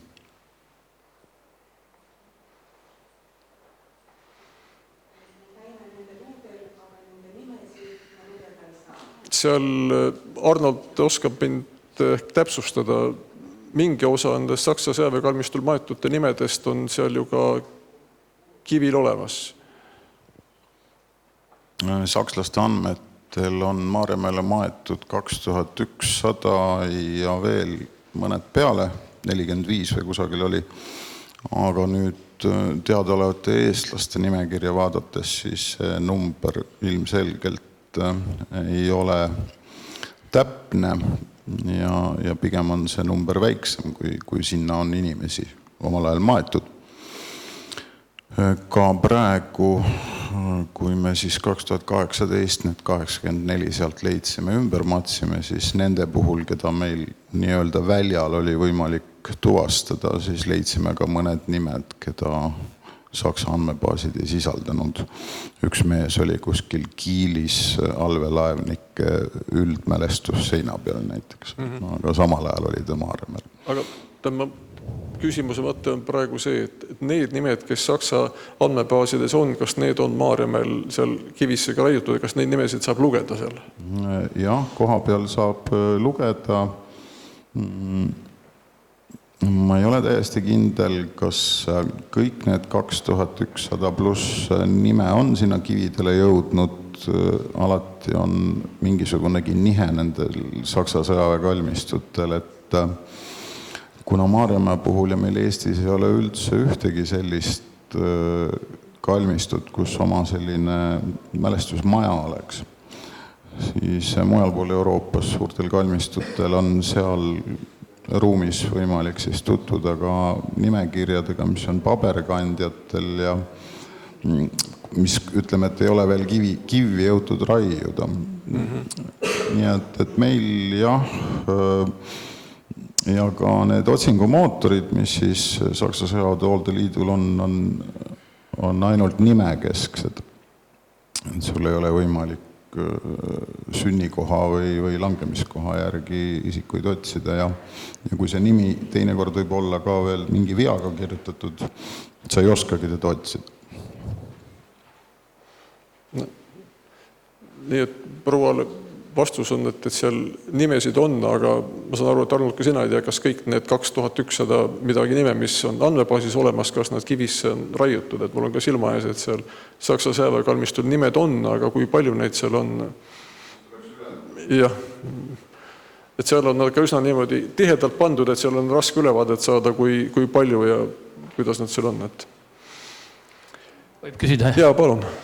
Ma teen väikse sissejuhatuse, ma olen Hans Kraut, olen ka ajaloolane ja arheoloog, aga praegu ma esineks siis ka represseeritu seisukohalt ja teen sissejuhatuse sellega, et lõpuks ma teeks ettepaneku, aga ma olen väga lähedal olnud selle Vabadussõja võidusamba tegemise juures ja tean, milline oli selle autorite esialgne kavand ja tean ka, kes selle ära nudisid, aluseks võttes Aerofloti ja Vene kiriku kõrguse. Need on meie kunstiajaloolased. Aga see on teine teema, siin lihtsalt oli vihje või selline sarnasuse näide toodud. Maarjamaa memoriaali puhul ma arvan, et ka siin on kunstnike loomepalang on nagu üle käinud sellest, mida tegelikult represseeritud lootsid ja kuidas võiks üks kenotahv välja näha. Sama näide on meil ka kahjuks metsakalmistul, kus meie presidentidele on tehtud kenotahv, mida isegi selle ürituse käigus ei ole võimalik lugeda. Ilmselt arhitektidel oli jälle tulnud loomepalang peale ja tegid monumendi, mis ei ole kasutatav. Aga Maarjamäel olen käinud oma õdede ja vendadega, kes on kõik represseeritud ja see elektrooniline variant on väga hea. Aga kui te seal Tõmbetuule koridoris käite ja vaatate kuskil 16. korrusel, otsite oma isa või onu nime ja püüate sinna küünalt või lille panna, no siis palju õnne või tunnen kaasa. Mina olen seda mitu korda teinud oma vanemate õdede-vendadega ja see on täiesti võimatu. Miks selline variant oli, seda teavad muidugi loomeinimesed. Aga nüüd siis ettepanek, et kuna selline ideaalne variant on praegu olemas, et Maarjamõisa krundist kuni memoriaalini, kommunismi ohvrite memoriaalile, nii, saaks teha täiesti mitte toreda, vaid väärika välja, likvideerides selle nii-öelda maastikuelemendi. Siis, ja me kuulsime praegu teie ettekandest või sõnavõtust, et lahingumeestele meil üldse ei ole veel ka sellist kenotahvi pandud.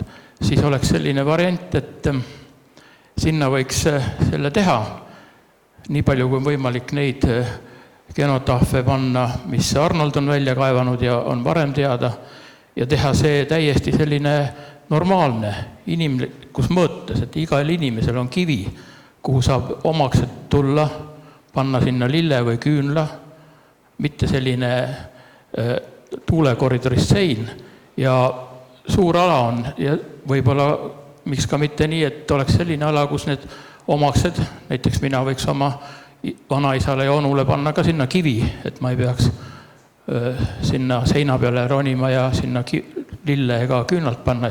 Aga ükskõik, see on hästi tehtud ja selline emotsionaalne see must sein, aga et selline suur ala on meil praegu ideaalselt, kuidas öelda, kasutamisvõimalus.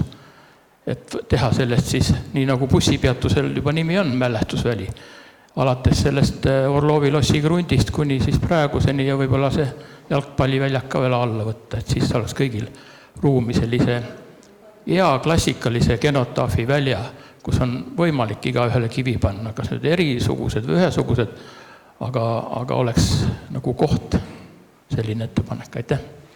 Aitäh selle ettepaneku eest!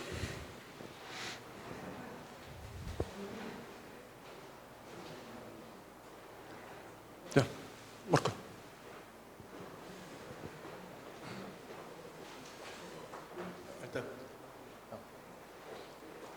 Ma ütleksin ühe hästi lühikese nagu filosoofilise või riigiõigusliku kommentaari, et kui me kogu seda aegruumi arutame, ja see on muidugi oluline igasuguse selgitavate tekstide puhul ja eriti selle puhul, mida me räägime välismaalastele. Nimelt ma tahan seda rõhutada, et Eesti Vabariigi õiguslik järjepidevus on oluline ka selle teema seisukohast. Eesti riik ei lakanud olemas mitte 9 sekundiks, alates juunikuust 1940 kuni augustini 1991. Ja kui me räägime muidugi detailidest, siis nendel on praktiline tähendus. Mõned eestlased olid Vene mundris ja mõned olid Saksa mundris. Aga kui me selgitame seda nii-öelda laiale maailmale, siis me peaksime alati meeles pidama, et me räägime Eesti Vabariigist ja Eesti Vabariigi kodanikest. Me mõnikord peame seda nii enesest mõistetavaks, et me unustame selle ära ja räägime, et just nagu ühed oleks nagu olnud Nõukogude inimesed, teised oleks nagu Saksa inimesed, aga see ei vasta tõele, et tegemist oli Eesti Vabariigiga, mis kunagi ei lakanud. Ja kui me tõlgendame kõiki neid sündmusi selles kontekstis, siis mõnikord asjad omandavad natuke teistsuguse tähendusvarjundi. Et see minu kommentaar on praegu täitsa teadlikult filosoofiline, tal ei ole, ütleme, mingit praktilist tähendust nende asjadega, mida me täna arutame, aga tulevikus, ütleme, kui me teeme mingeid üldiseid selgitavaid tekste või trükiseid või räägime, ütleme, inimestele, kus kaugemalt tulnud, siis me peame seda rõhutama. See on minu arvates väga oluline. Aitäh!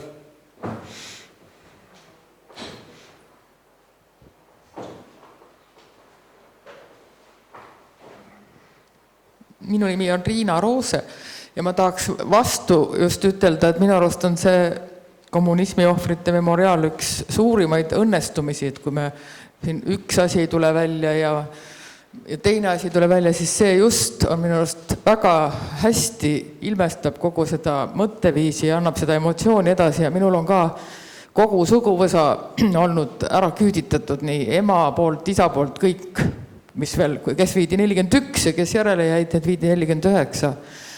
Ja ma ei tea, kas peab alati viima lilli ja küünlaid ja minu arust just see sama must koridor oma sellises kõleduses ja tõmbetuules väljendab seda õudust ja seda julmust väga täpselt ja siis see, kui sealt välja jõuad sinna õunapuu aedat, et just täpselt see, mis sellega mõeldud on minu arust teostatud, et müts maha nende tegijate ees.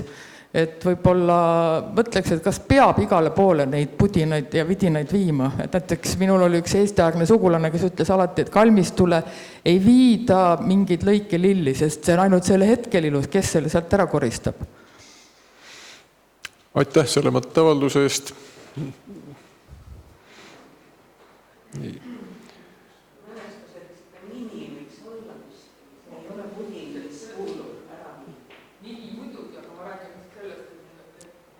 Et küsimus oli praegu lillede panemises, küünla süütamises, et jah, küünla süütamine seal koridoris on tõepoolest teinekord päris keeruline, et see looduse vastu ei saa, ütleme. Korrektsuse mõttes tahaks öelda, tähendab, et see, mis oli selle Maarjamäel, kus kõrgema ehitusvägede poliitkooli kursandid seisid, et korrektne nimetus oleks sellel koolil Tallinna ehitusvägede kõrgem poliitkool. Selge. Nii et see parandusena sisse viia, sest seal on natuke arusaamatu niimoodi, nagu ta seal on kirjutatud. Aitäh. Nii, kas on veel soovi midagi küsida, midagi kommenteerida? Nii, üks küsimus veel, jah? Ma kõiki nägupidi ei tunne, aga kindlasti on siin meie hulgas Muinsuskaitse nõukogu liige, Eesti Muinsuskaitse Seltsi esimees Peep Pillak, et kas riiklik muinsuskaitse on selle kohta võtnud seisukoha, ma mõtlen nüüd seda mitte kommunismi ohvrite muidugi, vaid seda memoriaali, mida meil